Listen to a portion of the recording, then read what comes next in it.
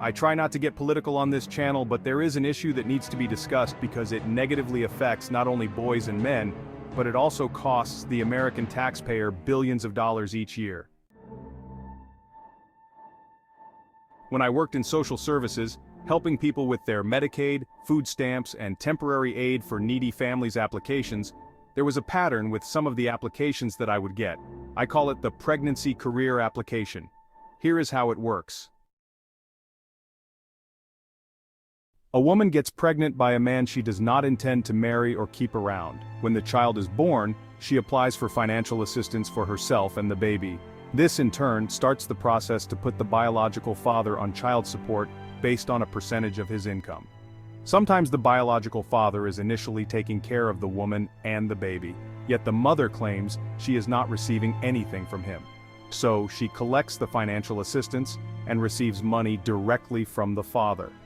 Once the father is officially put on child support, the woman dumps the father and starts looking for another victim. Sometimes the biological father becomes incarcerated for failure to pay the child support or by false allegations by the mother, allowing the mother to go back to get financial assistance again.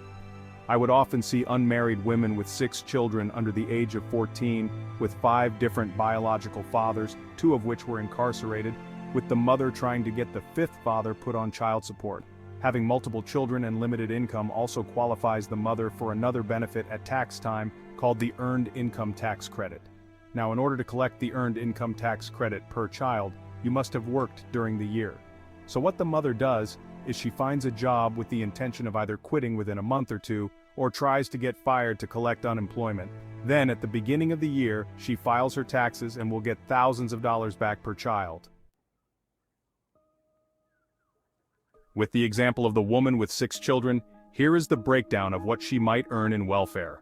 Child support would be somewhere around $1,500 per month. Depending upon the state she lives in, that number could be much higher. Food stamps would likely be around $1,000 per month, and she would get free health care for herself and for the children. She might also qualify for subsidized public housing and only have to pay rent that's capped at 30% of her income. Adding up just the child support, food stamps, and the tax refund, the woman is pulling in roughly $38,000 per year. When you factor in the free health care for all 7 of them, that figure will more than double, all at taxpayers' expense. To add insult to injury, the children growing up in this environment end up learning to game the system as well, causing a cycle of governmental dependency that lasts for generations. As I have mentioned in other videos, statistics are pretty clear that single motherhood is a huge factor in childhood delinquency, behavior issues, poor academic achievement, and poverty. Again, we have known about the problem of single motherhood since the 1960s, and Congress has not taken any steps to reduce the problem and to encourage a strong nuclear family. You see, families that stay together are less likely to need government assistance. But more dependency allows government to grow and have more control over what its citizens do. Their ultimate goal is communism, and they need to destroy the family to establish it. In 2023, 9.2% of all welfare program payouts were deemed improper payments, meaning the funds were paid out when someone didn't actually qualify. This totaled $101 billion. Here are a few tips to help prevent yourself from getting involved with a welfare queen.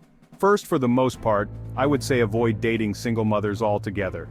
There is often way too much baggage, and you are only setting yourself up for failure. Often, when the single mother starts dating a new man, the children will start misbehaving. Maybe the children won't verbalize their frustration of the possibility that mommy is replacing their daddy, but their actions will show it. The children will then start wanting to spend more time with their own father, which will cause issues with your relationship. Another possibility is that you develop a bond with the children, and when your relationship with the mother sours, now the children are upset and start blaming the mother for ruining the relationship. Tip 2, if the mother has kids with more than one father, and you would potentially be the third, run like hell. Tip 3, now I know I will catch hell for this one, but hear me out.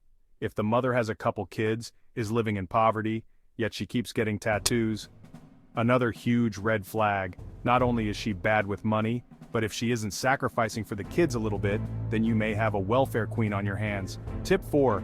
If the mother is constantly talking badly about her ex, about how he never spends time with the kids, and how he isn't paying child support, 1. She is telling you she has bad taste in men, and 2. It's very likely she is withholding visitation or making it difficult to see the children because of the father's inability to pay what she wants. And finally, if you still want to keep your options open to dating a woman with kids, whatever you do, don't rush the relationship. Get to know her for 6 months as a friend first, without benefits.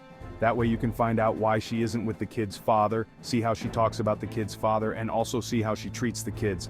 As soon as she starts talking bad to the kids about their father, run. I hope you liked the video. Don't forget to hit the like, subscribe, and share buttons. I was a father's rights activist for 10 years. I got out thinking I was leaving you guys in good hands. And to quote Michael Corleone, every time I'm out, they pull me back in.